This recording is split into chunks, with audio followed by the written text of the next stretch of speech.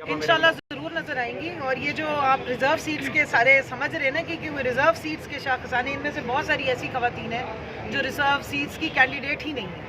दूसरी बात यह कि रिज़र्व सीट का केस भी ये वेमेन विंग ही लेकर गई है अदालत में। मैंने ही उसकी पटिशन पहले भी कोशिश की थी और डलवाई थी, और पूरे इलेक्शंस में ये खवातीन जाके इस दफ़ा भी इलेक्शन लड़ती रही हैं। जो 17 जुलाई का इलेक्शन बाई इलेक्शन हुआ था, जो हुआ था 25 मई के फ़ौरन बाद, उसकी भी आप फुटेजेस उठाएं।